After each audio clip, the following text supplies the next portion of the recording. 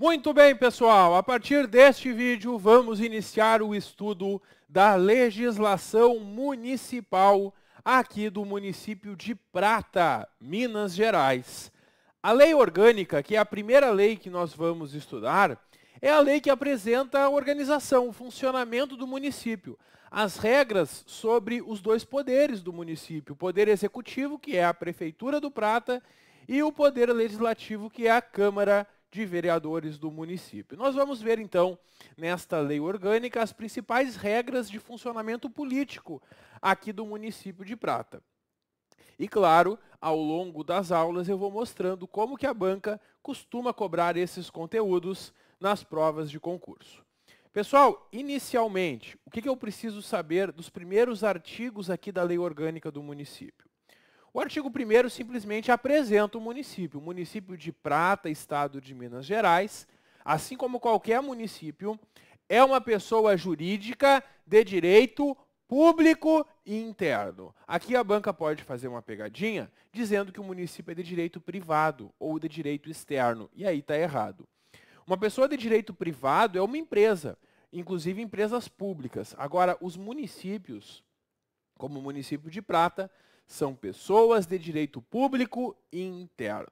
Bom, quais são os poderes do município? Os poderes do município são dois, o executivo e o legislativo. Legislativo, que é a Câmara de Vereadores do município, executivo, que é a Prefeitura do Prata. Cuidado, porque na hora da prova a banca pode fazer uma pegadinha dizendo que são 3 poderes.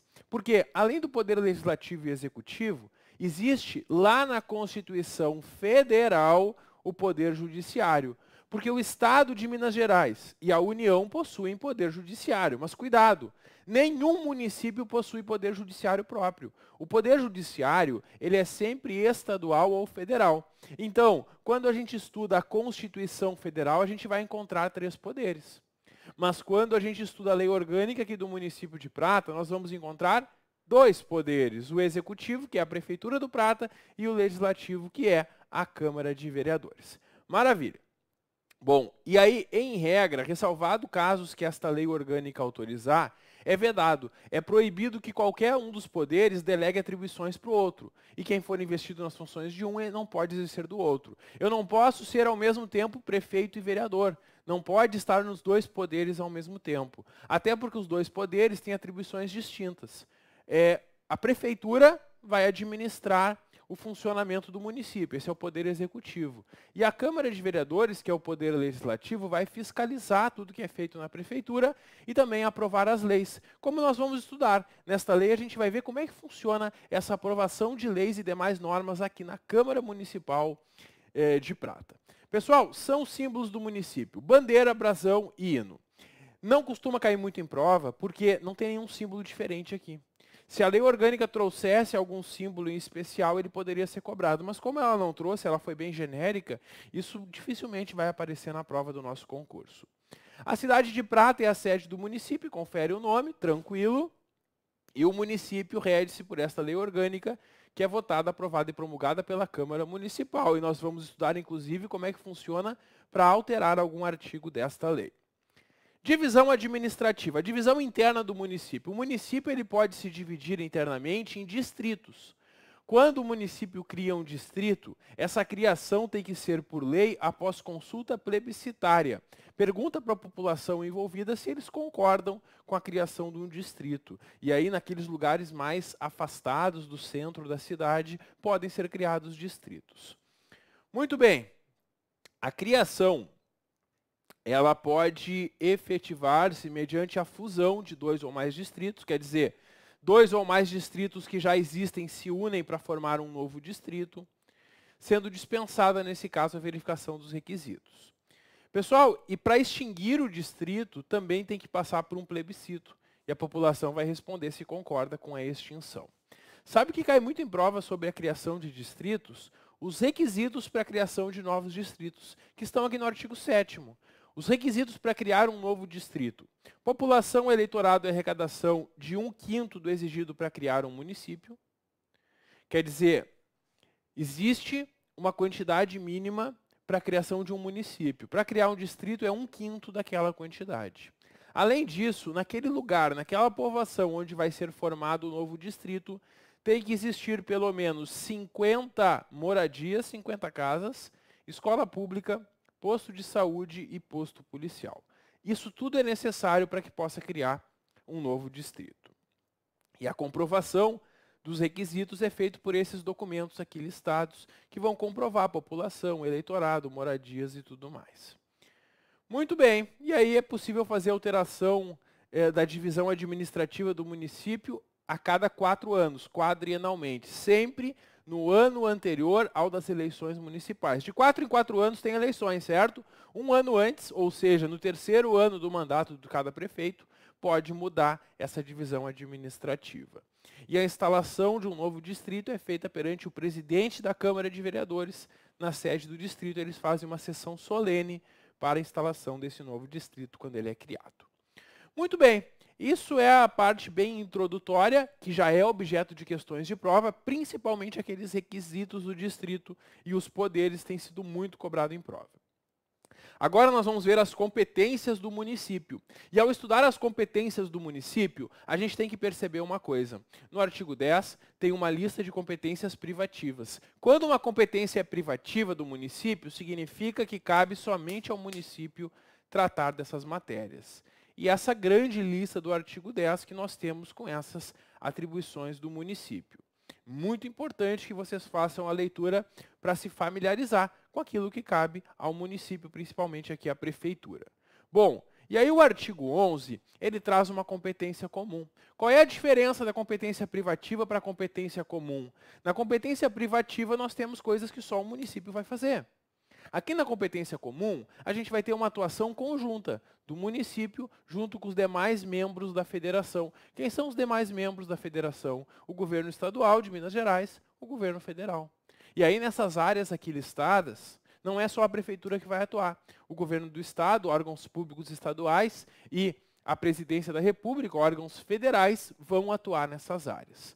Minha sugestão para vocês, memoriza a competência comum, que você vai saber que todo o resto é competência privativa. O que é competência comum? Todos fazem. Zelar pela guarda da Constituição, leis e instituições democráticas, cuidar da saúde, assistência pública e proteção do direito das pessoas com deficiência, proteção de bens de valor histórico, artístico, cultural, proporcionar meios de acesso à cultura, educação e ciência, proteção ambiental, preservação de florestas, fauna e flora, fomentar a produção industrial, promover programas de construção de moradia e melhoria das condições habitacionais e saneamento básico, combater as causas da pobreza, registrar, acompanhar e fiscalizar concessões de direito de pesquisa e exploração de recursos hídricos e minerais e estabelecer e implantar a política de educação para a segurança do trânsito. Essas 11 competências são de todos os entes, não são só do município. Sabe como é que isso cai em prova? A banca vai colocar no enunciado. São competências privativas do município, exceto. Aí ela coloca nas outras alternativas aquelas que são, de fato, e coloca uma dessas aqui no meio, misturada. E aí pergunta qual, então, que não é uma competência privativa. E vai ser uma dessas, que é uma competência comum. Geralmente, quando a banca que vai aplicar o nosso concurso agora, quando ela faz questões sobre competências, geralmente ela faz isso. Ela mistura competências do artigo 10 com as competências do artigo 11. Por isso é importante conhecer todas as competências e saber diferenciar o que cabe só ao município, o que é competência comum. Uma informação importante, vocês têm que cuidar se a lei que vocês estão usando para estudar está atualizada. Aqui no curso, eu disponibilizo para vocês, essa mesma apostila que eu estou mostrando aqui na tela, eu disponibilizo para vocês esquematizada em arquivo PDF, que além de ter o texto e alguns mapas mentais e alguns quadros, traz toda a legislação atualizada.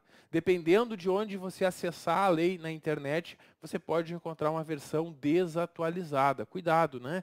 A gente teve muitas alterações na lei.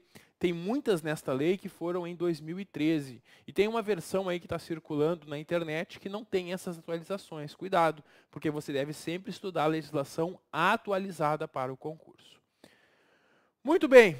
E a competência suplementar, o que é essa competência suplementar? É o seguinte, existem leis federais e leis estaduais sobre muitos assuntos, só que às vezes elas não tratam de uma peculiaridade aqui do município. E aí o município vai lá e faz uma lei municipal, completando o que tem nas leis federais e estaduais, adequando a sua realidade. É isso que é competência suplementar. Geralmente não cai em prova. Geralmente o que cai em prova são as privativas e as comuns. Muito bem. Vimos então mais uma possível questão de prova e agora avançamos para proibições. Isso cai muito em prova de concurso. Atenção, proibições. Ao município é vedado, o município não pode. Primeiro, município não se mete com religião. Como assim não se mete com religião, professor? O município, ele não pode estabelecer cultos religiosos ou igrejas, quer dizer, ele não pode criar uma igreja ou uma religião, não pode subvencionar, não pode dar dinheiro para eles. E também não pode embaraçar, não pode atrapalhar, impedir o funcionamento. Então não se mete, não cria, não dá dinheiro e não atrapalha o funcionamento das igrejas e cultos religiosos. Muito bem. O município também é vedado, é proibido ao município recusar fé a documentos públicos, porque os documentos públicos têm essa presunção de legitimidade. Não pode o município recusar um documento público. Não pode criar distinções entre brasileiros ou preferências entre si. Todos os brasileiros são iguais perante o município. O município não pode dar uma preferência. Por exemplo, no concurso público, quem nasceu no município ou quem mora no município tem alguma preferência em relação aos demais? Não. Qualquer pessoa de qualquer lugar do Brasil pode chegar no município, fazer a prova e passar. Não tem nenhuma distinção ou preferência. Que mais? O município não pode subvencionar ou auxiliar com dinheiro público qualquer tipo de veículo de comunicação. Não pode outorgar isenções, anistias ou permitir a remissão, que é o perdão de dívidas, a não ser que haja interesse público devidamente justificado, sob pena de nulidade do ato. Se o prefeito ou prefeita do município saem perdoando dívidas sem nenhum interesse público, isso vai ser declarado nulo, porque não pode. Que mais? Não pode exigir ou aumentar um tributo sem lei que estabeleça. Os tributos, como nós vamos estudar nesta lei, são os impostos, taxas e contribuições. E todos eles são instituídos por lei. E se o prefeito ou prefeita quer aumentar um deles, tem que ter lei para isso. Sem lei não pode. Cuidado. Sabe o que a banca faz? A banca troca esse sem lei por lei. E aí estaria certo, né? Cuidado com isso. Ao município é proibido exigir ou aumentar tributos sem lei. Com lei é permitido. Cuidado que a banca pode inverter o sentido da frase.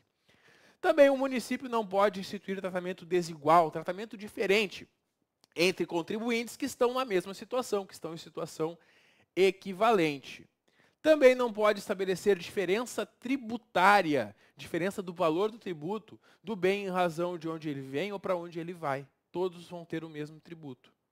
Também não pode cobrar tributos em relação a fatos que ocorreram antes da lei que instituiu ou aumentou o tributo, e também no mesmo ano que foi publicada a lei que instituiu ou aumentou. Quer dizer, se eu aumentar o IPTU neste ano, só pode cobrar pelo valor maior a partir do ano que vem. Esse é o princípio da anterioridade anual dos tributos. Também não pode utilizar o tributo com efeito de confisco. O que é um tributo com efeito de confisco? É um tributo que é tão alto que está praticamente confiscando a propriedade. Quer dizer, o valor do tributo não pode ser exageradamente alto. Também não pode estabelecer limitações ao tráfico de pessoas ou bens por meio de tributos, exceto o pedágio. Aquele pedágio na estrada é permitido. Fora o pedágio, não pode ter nenhuma limitação ao tráfico de pessoas e bens. Quer dizer, ninguém precisa pagar um tributo para entrar ou sair do município com seus bens. No máximo, pode pagar um pedágio por utilizar uma rodovia conservada. Também não pode instituir impostos de outros órgãos públicos. Isso aqui são as imunidades de impostos que também estão na Constituição Federal. E nós temos que todos os entes públicos que possuam prédios no município, por exemplo, não vão pagar IPTU. Porque o município não pode instituir impostos sobre outros órgãos públicos. Nem sobre templos de qualquer culto, as igrejas também possuem imunidade de imposto, nem patrimônio, renda de partidos políticos, suas fundações, entidades sindicais de trabalhadores, e livros, jornais, periódicos. Todos esses são imunes de impostos, eles não vão pagar impostos para o município. Muito bem, essas vedações são bastante importantes também para a prova, sempre importante fixá-las. Na sequência, nós temos agora o título 2, que trata da organização dos poderes. E aí nós temos dois poderes, como a gente comentou no começo deste vídeo. O poder legislativo, que é a Câmara de Vereadores, é o primeiro que a gente vai estudar. E depois o poder executivo. Cai muito em prova o poder legislativo. Mesmo quando o concurso é para a prefeitura, eles gostam de cobrar na prova, a banca gosta de cobrar as regras sobre o poder legislativo. Então aqui a gente vai ter que dar muita atenção, tanto que a gente vai falar até o final deste vídeo e no próximo apenas sobre esse poder legislativo, que tem muitas regras para a gente estudar sobre a Câmara de Vereadores aqui do município. Bom, o poder legislativo do município é exercido pela Câmara, composta por representantes do povo. Quem são eles? Os vereadores, que são eleitos por sistema proporcional por voto direto. E para ser vereador, olha só, a lei diz que tem que ter mais de 16 anos. Sim, quando ele falou aqui 16 anos, provavelmente eles estavam pensando em quem vota, não em quem é votado. Porque, de acordo com a Constituição Federal, tem que ter 18 anos para ser vereador.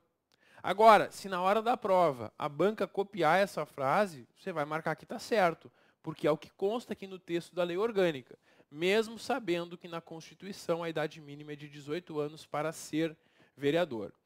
Quem vota, sim, quem vota é a partir dos 16 anos. Que o voto é facultativo a partir dos 16 e obrigatório a partir dos 18. Né? Agora, quem é eleito, o vereador eleito, é a partir dos 18 anos apenas. Então, provavelmente foi um erro de interpretação de quem redigiu esse texto ao colocar aqui que seriam os vereadores eleitos dentre cidadãos maiores de 16 anos. Na verdade, os eleitos dentre maiores de 18. Quem vota que tem mais de 16. Cada legislatura, cada mandato tem duração de 4 anos, a gente elege os vereadores por um mandato de 4 anos, e o número de vereadores é estabelecido em lei, observando os limites que tem lá na Constituição Federal. Bom, o Poder Legislativo tem autonomia contábil e financeira. Temos no artigo 15 uma lista de competências da Câmara que passam pela sanção do prefeito. E aí você pega essa lei para estudar e você lê todas as competências da Câmara. Quando chega no final dessa lista, encontra o artigo 16, que diz: compete privativamente à Câmara. Nesse momento, você não sabe mais o que fazer. Porque você acabou de ver uma lista de competências da Câmara, e aqui tem outra lista de competências da Câmara, aqui no artigo 16. Qual é a diferença, pessoal? A diferença é o seguinte: no artigo 16 estão competências privativas da Câmara. Nessas matérias do artigo 16, a Câmara de Vereadores vai votar essas matérias, decidir e ponto final. Acabou. Nas matérias do artigo 16, do artigo 15, que passam pela sanção do prefeito, a Câmara vai votar, discutir e, após aprovar, vai encaminhar o projeto para o prefeito, que pode sancionar ou vetar, como a gente vai ver no prazo de 15 dias úteis. Então, essas matérias podem ser barradas pelo prefeito por meio do veto. Nas matérias do artigo 16, o prefeito não se mete. Ele não pode sancionar nem vetar essas matérias. Como é que isso cai em prova? A banca mistura os dois artigos. Isso cai muito em provas da nossa banca. Muito mesmo. Muito provável que uma questão da nossa prova seja assim. Então é muito importante diferenciar o que passa pela sanção do prefeito e o que não passa, o que é privativo da Câmara. Tem uma lógica. O que passa pela sanção do prefeito envolve o funcionamento do município, orçamento, tributos, servidores, serviços públicos, bens do município. O que não passa pelo prefeito geralmente envolve o funcionamento interno da Câmara ou a Câmara fiscalizando a atuação do prefeito. Olha só, aqui nas que passam pela sanção do prefeito, nós temos assuntos de interesse local, tributos do município, orçamento, empréstimos, auxílios e subvenções, serviços públicos, bens do município, vejam muitas regras sobre bens do município, criação e extinção de cargos públicos, cargos na prefeitura, aprovação do plano diretor, que é a principal norma urbanística, delimitar a área do município, que é o perímetro urbano, a área urbana do município, denominar e alterar o nome dos bens e ruas do município, estabelecer normas urbanísticas e criar o Serviço de Informação Municipal, o SIM. essas atribuições todas, a Câmara vai aprovar os projetos e o prefeito pode sancionar ou vetar. Por outro lado, no artigo 16 estão as matérias que são competências privativas da Câmara. Nessas matérias, somente a Câmara vai decidir e ponto final. O prefeito não pode vetar essas matérias. Eleição da sua mesa, a Câmara vai eleger presidente, vice-presidente, primeiro secretário, segundo secretário, que são os vereadores que comandam a casa. A Câmara elabora o seu próprio regimento interno, que traz as regras de funcionamento das sessões da Câmara. A Câmara vai organizar os seus serviços administrativos internos, propor a criação dos seus cargos de servidores da Câmara, dar posse para prefeito, vice-prefeito e conhecer da renúncia e afastá-los também do cargo, conceder licença a prefeito, vice e vereadores, autorizar o prefeito quando ele quer se ausentar do município por mais de 15 dias. Porque se o prefeito sai do município por mais de 15 dias sem pedir licença para a Câmara, ele pode perder o seu mandato. Então, essa atribuição é muito importante também. A Câmara também vai tomar e julgar as contas do prefeito. Todo ano, o prefeito vai encaminhar as suas contas, a prestação de contas, aquilo que foi arrecadado, aquilo que foi gasto pela prefeitura. E essa prestação de contas, ela vai ser analisada pelo Tribunal de Contas do Estado, TCE de Minas Gerais. E o TCE, ele vai fazer um parecer prévio, sugerindo a aprovação ou a rejeição das contas. Mas quem vai fazer o julgamento das contas não é o TCE. Quem julga as contas é a Câmara de Vereadores. E ela vai fazer esse julgamento no prazo máximo de 60 dias. Interessante que o parecer do TCE só vai deixar de prevalecer pelo voto de 2/3 dos vereadores. Quer dizer, se o TCE recomendar a aprovação das contas, a Câmara só pode rejeitar as contas com voto de 2/3. Ou, quando o TCE recomendou a rejeição, a Câmara só pode aprovar pelo voto de 2/3 dos vereadores. Aqui na lei orgânica, em muitos momentos, a lei vai dizer que é necessário o voto de 2/3. Essas são as coisas mais difíceis de serem aprovadas aqui. Porque tem coisas que são aprovadas por 2/3, outras matérias são aprovadas por maioria absoluta e outras por maioria simples, que é mais da metade dos presentes na votação. Sempre que a lei orgânica diz que algo é aprovado por 2/3, vocês devem destacar isso no material, porque tem muita chance disso ser uma pergunta na prova. A banca adora perguntar o que é aprovado por 2/3 ou o que é aprovado por maioria absoluta. Muito bem.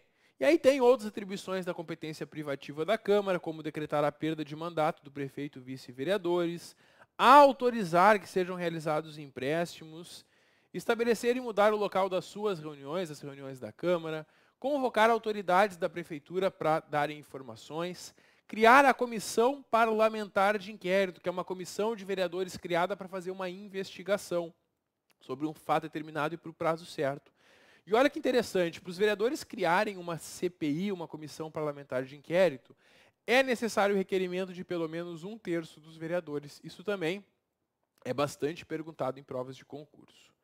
A Câmara também tem como competência privativa autorizar referendo e plebiscito, solicitar intervenção do Estado no município, julgar prefeito, vice-vereadores, nos casos previstos em lei, fiscalizar e controlar os atos da Prefeitura, do Poder Executivo, fixar em cada mandato para o seguinte e antes das eleições o subsídio, quanto que vão ganhar os próximos eleitos. A Câmara sempre fixa de um mandato para o outro quanto que vão ganhar os políticos. Também a Câmara concede essa homenagem chamada título de cidadão honorário. Esse título, essa homenagem pode ser prestada para pessoas que tenham atuação exemplar na vida pública e particular, mediante proposta de 2/3 dos vereadores. Isso também é muito cobrado em prova, porque a gente precisa da aprovação de 2/3 dos vereadores para que alguém receba um título de cidadão honorário do município aqui do Prata. Muito bem. Essas matérias que nós vimos que passam pela sanção do prefeito no artigo anterior, no artigo 15, são projetos de lei. As outras matérias que a gente viu no artigo 16, que são competências privativas da Câmara, são feitas por resolução ou decreto legislativo. A diferença é que a resolução é matéria de economia interna e o decreto legislativo produz efeitos externos, efeitos fora da Câmara. E aí o parágrafo 1º fala que a resolução, então, é utilizada para os assuntos de economia interna de competência privativa da Câmara e o decreto legislativo pelos demais assuntos. Depois nós vamos ver, inclusive, novamente essa distinção entre resolução e decreto legislativo no que se refere à votação e aprovação, mas isso a gente vai ver mais adiante. Eu fiz um outro quadrinho para mostrar isso para vocês aqui na lei. Foi fixado o prazo de 15 dias, prorrogável por igual prazo, desde que solicitado, para que responsáveis por órgãos da prefeitura, da administração direta ou indireta, encaminhem documentos solicitados pela Câmara. Sempre que a Câmara solicita, então, eles têm 15 dias para encaminhar. Se não atenderem, estão sujeitos a sofrer, inclusive, intervenção do Poder Judiciário. E foram incluídos em 2013 os parágrafos 5º e 6º para assegurar para os políticos o pagamento de 13º. Assim como os servidores, os políticos, prefeito, vice, presidente da Câmara, vereadores e secretários municipais têm direito ao 13º, que é pago até o dia 20 de dezembro. Bom, na sequência temos regras sobre os vereadores, mas essas regras sobre os vereadores nós vamos mostrar no próximo vídeo. Dá um clique que eu já volto. Até logo.